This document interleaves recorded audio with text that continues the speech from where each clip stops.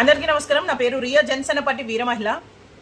మొన్న జరిగినటువంటి జగన్మోహన్ రెడ్డి మీటింగ్లో యంగ్స్టర్స్ పట్టుకున్నటువంటి ఫ్లెక్స్లో వాళ్ళు రాసుకుంది ఏంటి ఒకవేళ వాళ్ళ ప్రభుత్వం వస్తే అంట 2029లో ఒక్కొక్కరిని రప్ప నరుక్కుంటూ పోతారంట. రప్ప నరుక్కుంటూ పోతారంట. ఇంకొకరు వచ్చేసి మాకు ఎదురు వచ్చిన వాళ్ళని తొక్కి పాడేస్తామంట. ఏం మోటివేషన్ ఇస్తున్నావు జగన్మోహన్ రెడ్డి నువ్వు యంగ్ జనరేషన్స్కి?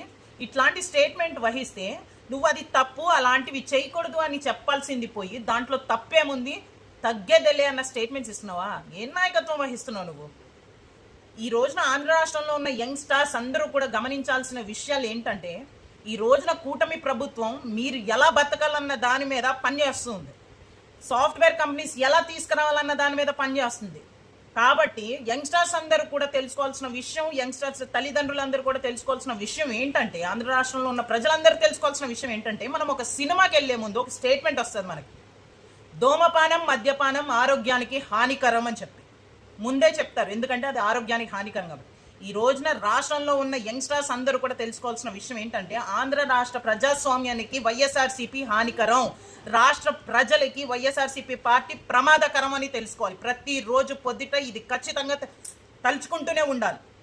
యంగ్ జనరేషన్స్కి వాళ్ళ భవిష్యత్తు వాళ్ళ కాళ్ళ మీద వాళ్ళు నిలబడేలాగా ఉండే అంత మోటివేషనల్ స్పీచ్ ఉండాలి నాయకుడు లక్షణాలు అంటే.